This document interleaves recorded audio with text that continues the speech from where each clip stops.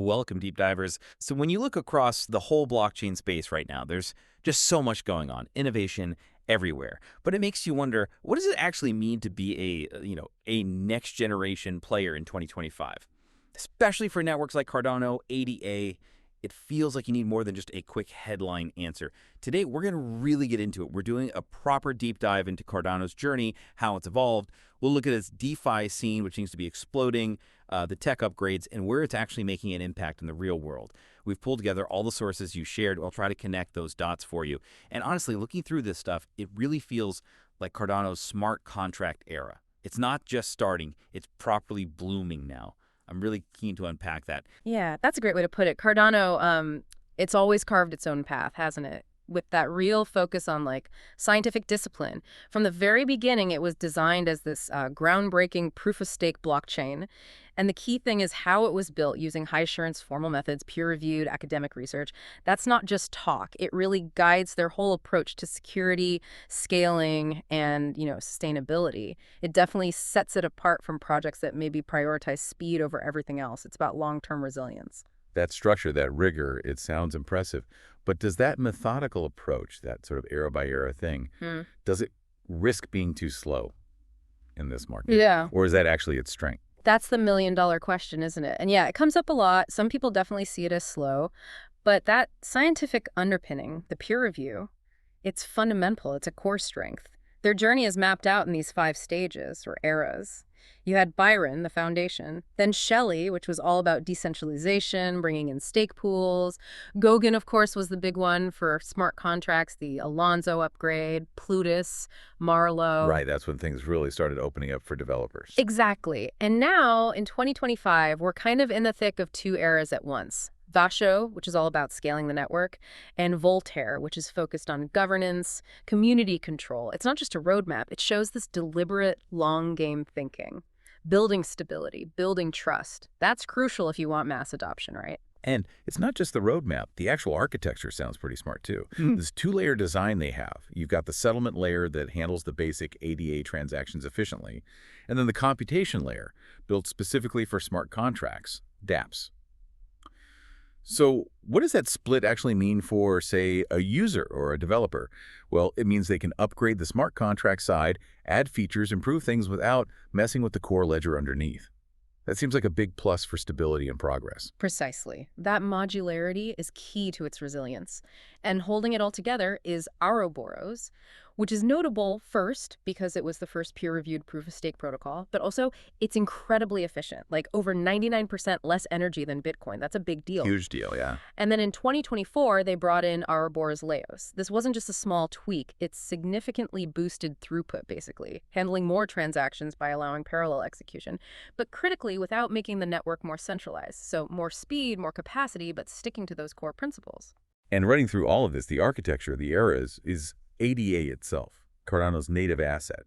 It's more than just something to trade, right? It has these core jobs in the network. You pay transaction fees with it. You stake it to help secure everything and earn rewards. And importantly, you use it to vote on governance proposals. It gives ADA holders a real stake, a real say in where things go. It aligns everyone's interest, you could say. Absolutely. That utility is fundamental. Okay, let's shift gears a bit because this is where things get really exciting for a lot of people. DeFi.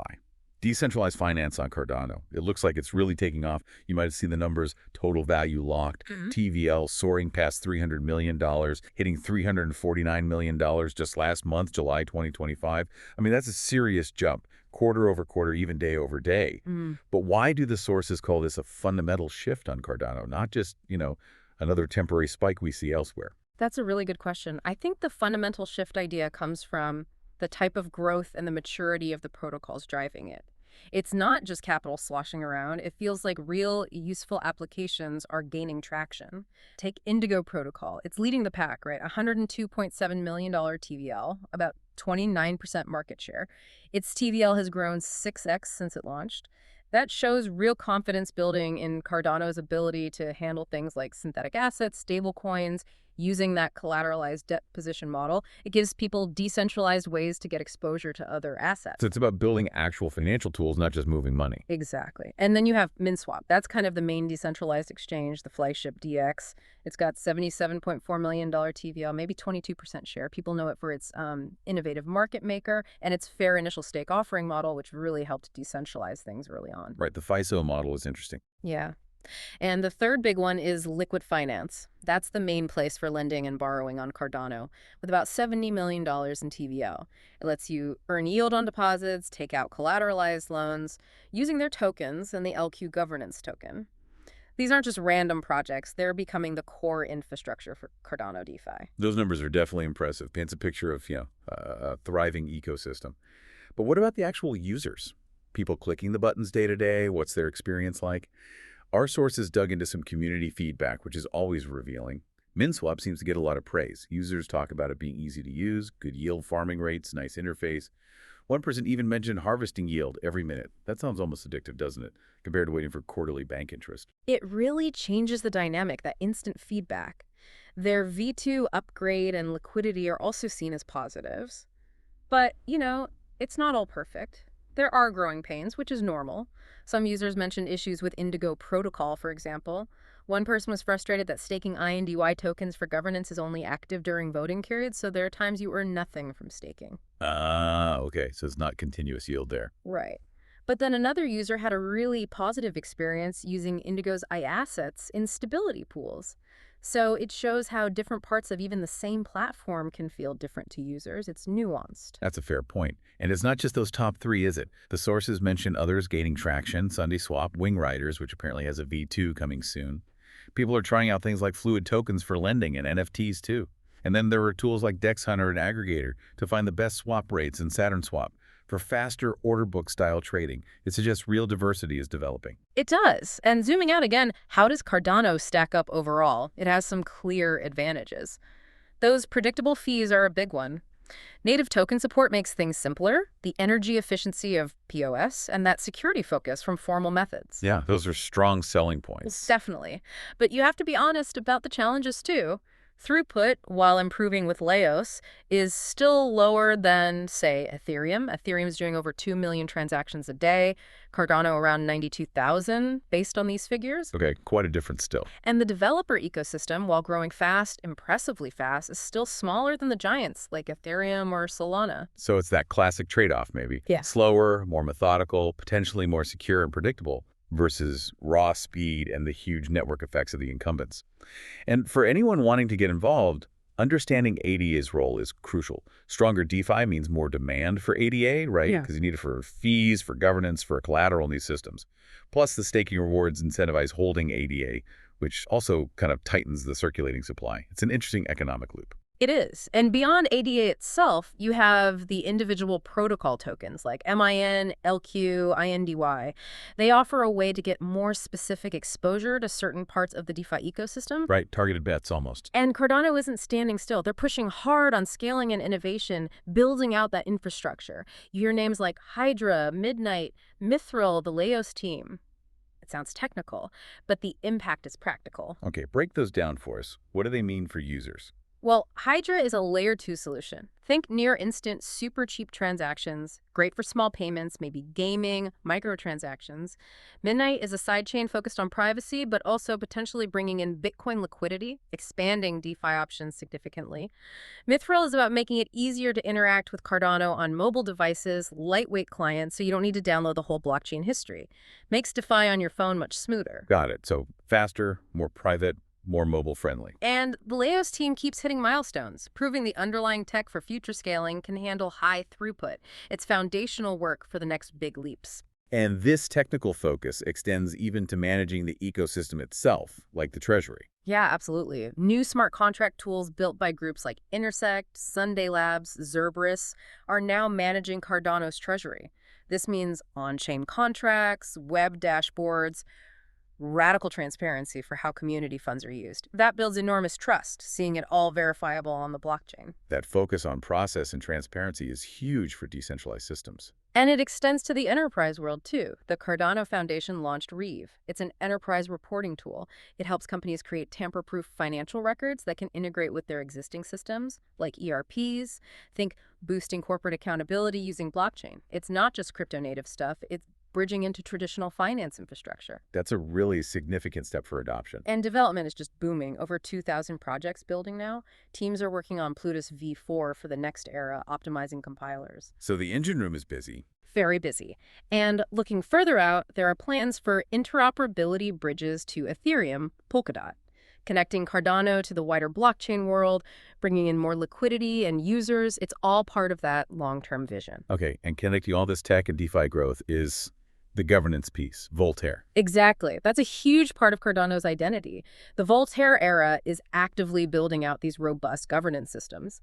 The goal is genuinely empowering the community, the ADA holders, to shape the future through on-chain voting. It's decentralization in practice. And the main engine for that right now is Project Catalyst, the treasury system. That's right. It's Cardano's big experiment in community funding. It's already given out millions of ADA to fund proposals, spurring innovation. But let's be real, it's had some criticism too, hasn't it?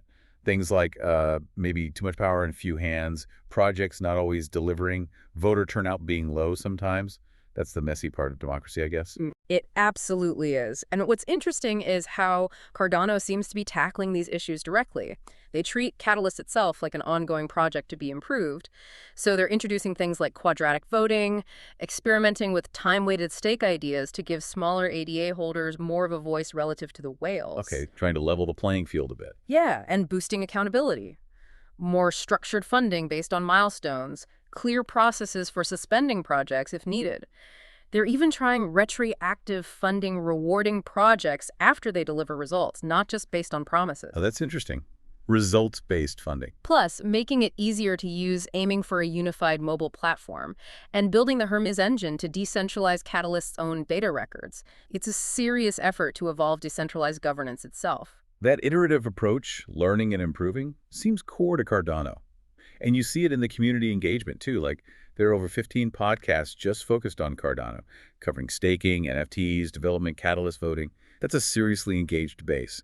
It really is. And the foundation putting out those 14 flowcharts to explain governance, that's about making it accessible, helping people participate meaningfully.